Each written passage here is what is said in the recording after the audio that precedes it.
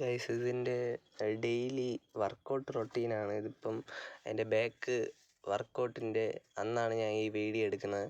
അപ്പം ഇത് ഞാനും എൻ്റെ ഫ്രണ്ടുമായിട്ട് വർക്കൗട്ട് ചെയ്യുന്ന ഒരു വീഡിയോ ആണ്. അവനാണ് എനിക്ക് വർക്കൗട്ടും കാര്യങ്ങളും പറഞ്ഞു തരുന്നത്. ഒരുപാട് ലെങ്തിയൊന്നും അല്ല ഈ വീഡിയോ. അതിന് കുറച്ച് പോരായ്മകളുണ്ട്.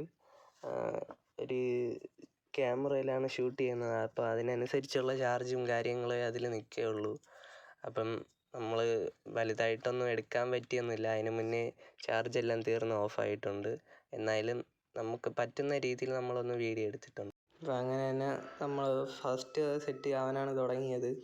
ഞാനൊരു ഫസ്റ്റ് സെറ്റിലൊരു 18 റെപ്പും, പിന്നെ സെക്കൻഡ് സെറ്റിൽ നമ്മളൊരു 12 റെപ്പും, പിന്നെ ലാസ്റ്റ് സെറ്റിലാണെങ്കിൽ 8 റെപ്പും വെച്ച് അടിച്ചതിന് ശേഷം ഞാൻ വർക്കൗട്ട് ചെയ്യണ രീതി എന്ന് പറയുമ്പം ബാക്കിലോട്ടൊരു വെയിറ്റ് കുറച്ചിട്ട് ഫെയിലിയർ സെറ്റ് വരെയാണ് ഞാൻ അടിക്കുന്നത്.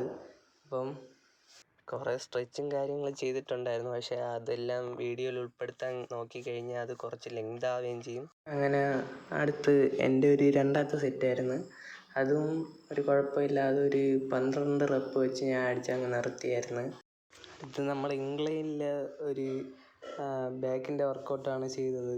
അപ്പോൾ അത് നമ്മൾ എപ്പോഴും എന്ന് പറഞ്ഞാൽ വർക്കൗട്ട് മാറി മാറി ചെയ്യുമായിരുന്നു. എന്ന് പറഞ്ഞാൽ സ്പ്ലിറ്റ് ഒരു ദിവസം ആ വേരിയേഷൻ ആണെങ്കിൽ അടുത്ത പ്രാവശ്യം വേറെ വേരിയേഷൻ, അങ്ങനെയാണ് സെറ്റ് ചെയ്യണത്. അപ്പം ഇതായിരുന്നു നമ്മളെ രണ്ടാമത്തെ വർക്കൗട്ട്.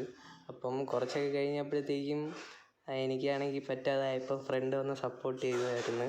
അതാണ് ഈ സപ്പോർട്ടിന് ഒരാളൊക്കെ ഉണ്ടായിരുന്നുള്ളൊരു ഗുണം.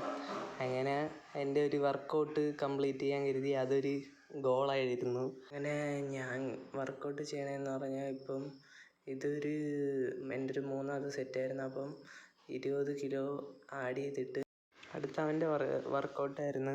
അങ്ങനെ അവനും കംപ്ലീറ്റ് ചെയ്ത്. നമ്മൾ നെക്സ്റ്റ് ചെയ്ത വർക്കൗട്ടാണെങ്കിൽ ലാറ്റ്സ് പുൾ ഓവറായിരുന്നു. അത് നമ്മൾ ഫസ്റ്റ് ഒരു 3 സെറ്റ് അടിച്ച് അതും ഫിനിഷ് ചെയ്തു. അപ്പോഴത്തേക്കും ക്യാമറയിലെ ചാർജൊക്കെ ഏകദേശം പകുതിയായി. എന്നാലും ഏകദേശം മിന്നി നിന്നപ്പോഴത്തേക്കും കുറച്ച് ഷോട്ടും കൂടെ എടുക്കാമെന്ന് വിചാരിച്ചിട്ട് എങ്ങനെയോ ഇത് ലാസ്റ്റ് തീർന്നത് വരെ എടുത്തു. അപ്പോൾ ഗൈസ് ഇത്രയേ ഉള്ളൂ. ബൈ.